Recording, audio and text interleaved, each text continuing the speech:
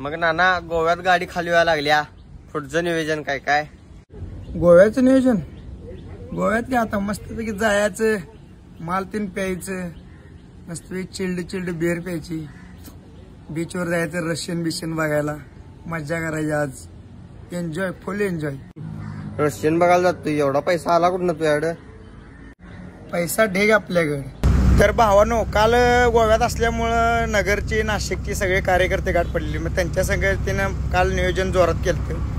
मग काय सकाळी उठून आंघोळ करायला आलो, मस्तपैकी डोंगरातलं पाणी होतं याल तर खाली आंघोळ ते करू, इसल्यावर अंडाचा झोपलेला होता, अजून एकटाच आंघोळ करू आलो बघा. सकाळी नाश्ता करायला मस्तपैकी नाश्ता केला. आपलं बारामतीचं सुरजा आणि अक्षा गाठ पडलेली, त्यांच्या संगतीनं भावा संगतीनं व्हिडिओ तीन काढला.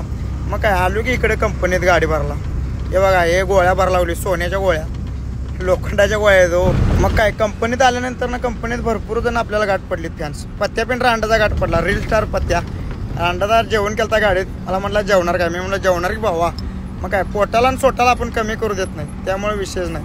आलो तुम्हाला दाखवा म्हटलं. हे अमेरिकेतनं जहाज आले, माती घेऊन आले अमेरिकेची इकडे गोळ्या करायला. मग काय तुम्हाला दाखवा म्हटलं. बोटमध्ये आलोय, तुम्हाला दाखवलोय कसा मला 2000 टन माल. या रांड्याचा काय विषय काय नाही, पाणी कुठनं काढायला लागलाय मला हेच कळेना. या माणसानं आपल्याला आतमध्ये म्हटला तुम्ही जावा म्हटला. ड्रायव्हर आलो बघा इथं बोटमध्ये, गिअर दांडकं, स्टिअरिंग बिअरिंग, हे कसा आहे नजारा. सपला विषय आहे. उद्यापासून ट्रक बंद करणार, उद्यापासून ही बोट चालवणार आहे. सपला विषय. हे काय त्यांचं किचन बिचन आहे. तर मग हे असं नजारा होता. तर भावानं कसा वाटला ब्लॉग? लाईक करा, शेअर करा, कमेंट करा आणि फॉलो पण करा.